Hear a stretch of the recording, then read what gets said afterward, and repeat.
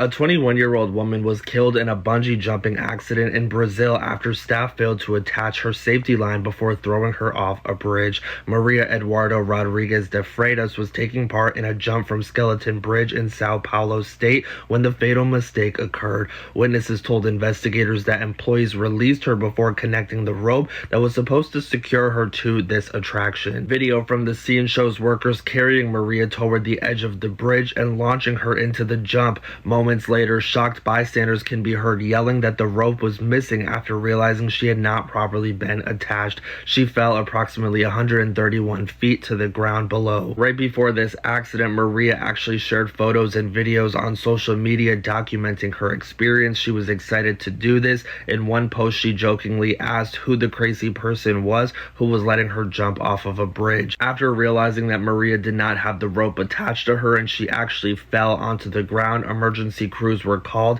They ended up responding to the scene. The dangerous waves slamming the California coast, a mother and daughter hospitalized after being swept into the ocean by what authorities are calling a sneaker wave. It comes after two college students, two young women, were swept into the ocean. They did not survive it. Here's ABC's Alex Stone. Tonight, officials along the California coast warning about dangerous so-called sneaker waves, like this one that can surge up without warning after a mother and her young daughter were knocked into the ocean while walking along a San Francisco beach. Tonight, they're in serious condition. Be very careful and never turn your back to the ocean, as these waves can sneak up on you, literally, and sweep you out into the water.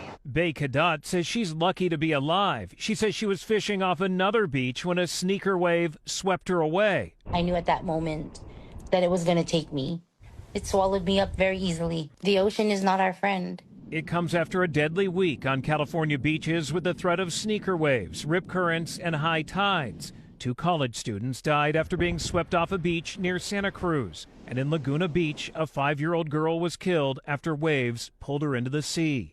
Tonight, David, sneaker wave warnings are up around California through Sunday. And again, lifeguards say do not turn your back toward the waves and keep children at an arm's distance if around the water. David? Alex Stone with us tonight. Thank you, Alex. At a time of heightened alert because of the World Cup, the FBI now joining the manhunt this evening for a highway shooter in Kansas City.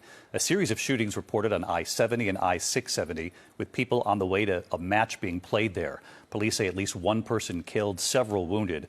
And here's our chief investigative correspondent, Aaron Katersky, tonight.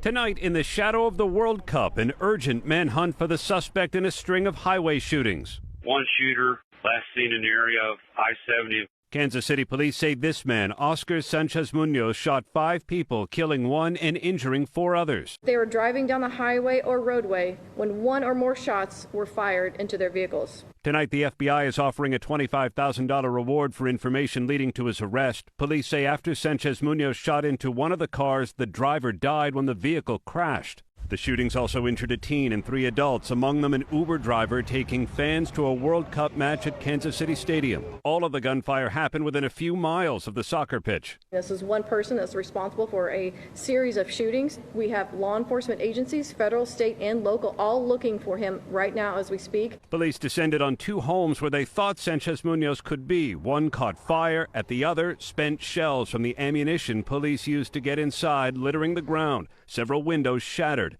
A search of the place ended, though, with no sign of the suspect.